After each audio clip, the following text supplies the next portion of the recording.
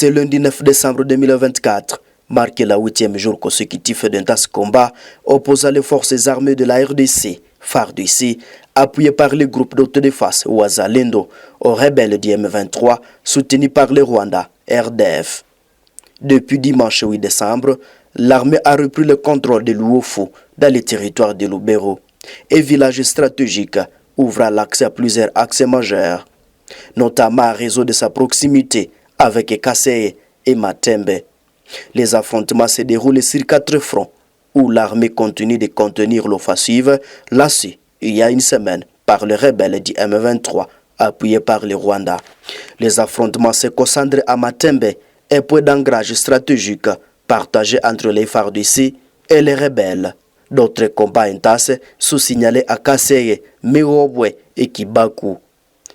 Des villages toujours sous occupation des terroristes du M23. Depuis une semaine, les rebelles ont lancé, à partir de ces zones, une offensive visant à progresser vers le centre stratégique comme Lubero Centre. Pour contrer cette avancée, les forces armées de la République démocratique du Congo ont installé le centre de résistance et mènent des opérations de défense mobile. Nous sommes en guerre. Ce n'est plus un secret. Vous et moi, nous connaissons notre adversaire potentiel, qui est les forces de défense du Rwanda et ses supplétifs du M23.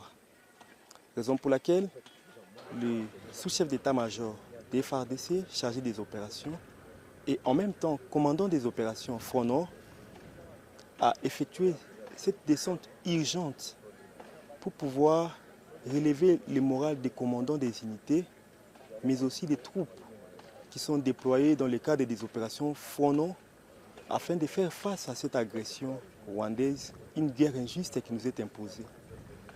Les affrontements se concentrent actuellement dans les villages stratégiques de Kimaka, situés dans le sud du territoire de Lubero, une zone déjà fragilisée par les tensions armées. Kaseye est verrou stratégique et disputé. Tôt sémenté, des combats ont éclaté dans la localité de Kaseye, considéré comme un verrou stratégique pour le DK. Les FARDC et leurs alliés cherchent à repousser les forces rebelles qui continuent de consolider leur position dans cette région clé. Les enjeux sont déterminants. Les contrôles de Kaseye pourraient influer sur l'issue des combats dans cette partie du territoire. Pillage et perte de vies civiles.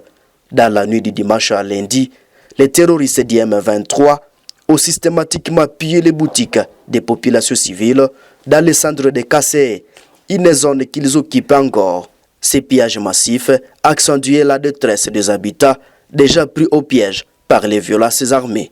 En outre, des civils ont perdu la vie à la suite d'une bombe larguée lors des échanges d'artillerie survenus dimanche 8 décembre. Ces pertes viennent s'ajouter à Ebola humain qui ne cesse de s'alourdir dans ces conflits. La situation humanitaire alarmante, les affrontements prolongés et les actes de pillage compromettent gravement la sécurité des populations civiles dans le sud de Lubero. Plusieurs familles se retrouvent sans ressources, leurs moyens de subsistance ayant été détruits ou volés. Les besoins d'aide humanitaire sont urgents, mais l'accès à ces zones reste limité à raison des combats incessants. Alors que les combats s'intensifient dans le sud de Lubero, le président congolais Félix Antoine Tshisekedi Tshilombo et le Rwandais Paul Kagame sont attendus le 15 décembre prochain à Luanda. Sur place, ils participeront à un sommet tripartite entre la RDC, le Rwanda et l'Angola sous l'égide du président angolais Joao Lourenço.